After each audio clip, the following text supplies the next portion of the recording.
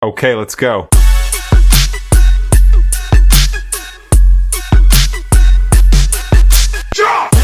This is a high-angle view of a crowded trading floor.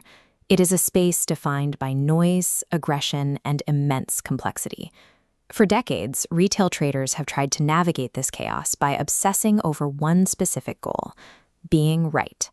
Take the trader often seen on social media. They boast a 90% win rate, filling their feed with endless green screenshots and small, frequent victories.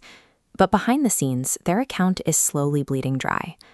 Compare them to the professional who is wrong 60% of the time. They lose more often than they win, yet their wealth grows steadily month after month, and they easily secure capital from institutional prop firms. The contrast exists because win rate is a surface-level metric. It is a number that generates high engagement in online communities, but it does not determine whether a bankroll is actually expanding or contracting. When the underlying math is broken, a high win rate is a financial mirage. It prioritizes the temporary satisfaction of a correct prediction over the long-term mechanics of profitability. To understand how an account actually grows, we have to look at expectancy. This is the mathematical engine that calculates how much you make or lose per trade on average over a large enough sample size. The 90% trader sees frequent tiny gains, but notice how those are instantly erased by a single massive loss, making expectancy negative. Adjusting for the professional, we see the opposite: frequent small losses easily absorbed by occasional large wins. Expectancy remains positive. When your expectancy is positive, your account grows regardless of how often you are wrong.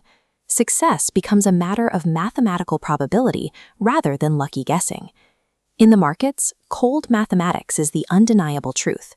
Survival doesn't depend on ego or predicting the future. It depends on your numbers. This reality is reflected in how professional proprietary trading firms evaluate and reward their traders. These firms prioritize risk management over total wins. A trader with a 90% win rate who ignores their stop loss is immediately disqualified, regardless of how many green trades they've logged. Meanwhile, the trader who rigidly manages risk and follows the rules is the one who secures consistent payouts. Institutions aren't looking for traders with crystal balls. They reward the disciplined execution of a system with positive expectancy. If the math of a lower win rate is so clearly superior, we have to ask why our brains actively sabotage our ability to execute it. Part of the problem is dopamine. Every time you close a winning trade, your brain receives a chemical hit of validation. Your biology is optimizing for that immediate feeling of being right, even if the net financial result is a loss. Social incentives only make this worse.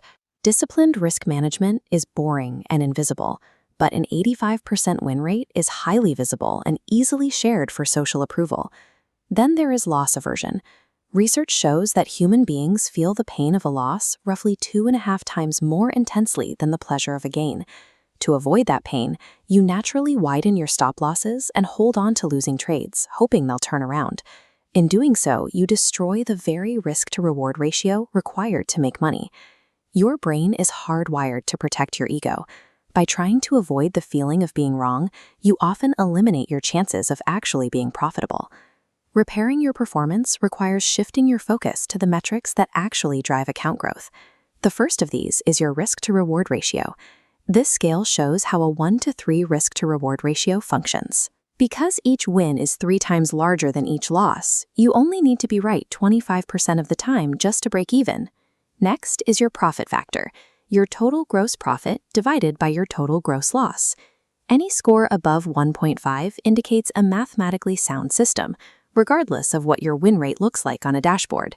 To break the addiction to being right, try a 5-day challenge. Starting Monday, hide the win rate metric from your trading interface. Block it out entirely.